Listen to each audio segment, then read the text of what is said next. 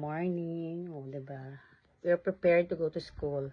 So, this morning, dahil may mga challenges sa life, we need to praise the Lord. Diba? Sabi niya, be faithful to the Lord while you're still living. Offer your life to Christ, a living sacrifice. No greater love is there to give. What if your life to share, to win many souls for Christ through suffering and pain? So yun po yung habang kaya pa natin, habang malakas pa tayo, pagpagamit po tayo kay Lord. Hindi naman kailangang maging pastor ka. If you are not meant or called to be one, you can be in the ministry. Kahit ano po. In the church, in your community, yung mga ganong bagay po. Basta kagamit-gamit po yung buhay natin sa paglilingkod kay Lord. Kahit na sa pag-tap ng shoulder ng mga kakilala natin and say, hey, kapatid, okay lang yan. Mas maganda yung plano ni Lord. It's a ministry na po na sabihin natin na okay lang lahat ng mga nangyayaring ito dahil si Lord ay may magandang plano. So, sa lahat na may mga pinagdadaanan, kasama na rin po ako dyan. Of course, may mga pinagdadaanan tayo sa araw-araw.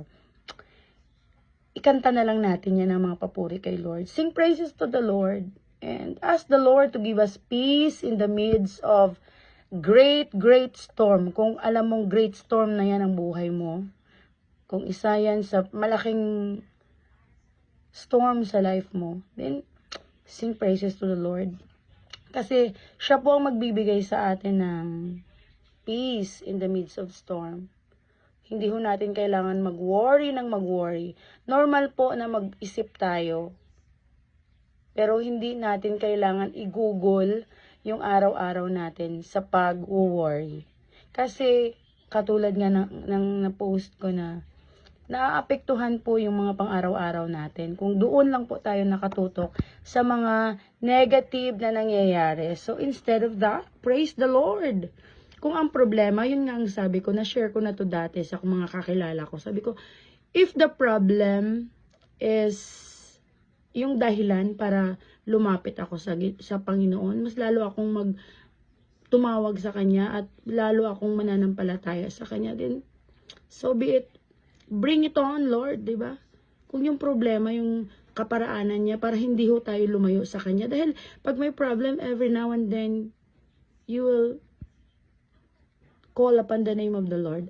At yun po ang desire ng puso ko is, if there's a problem, the lifestyle that I want to be is to call upon the name of the Lord. So, praise God, praise God, praise God sa araw-araw na strength. Totoo po, in the midst of storm, may peace ka sa Kanya.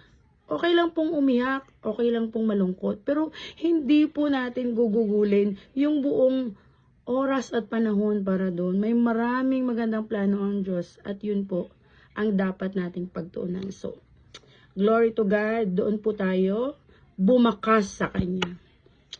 Praise God and God bless mga kapatid. Nawa, may na-impart akong maganda sa inyo sa umagang ito. God bless, God bless, God bless.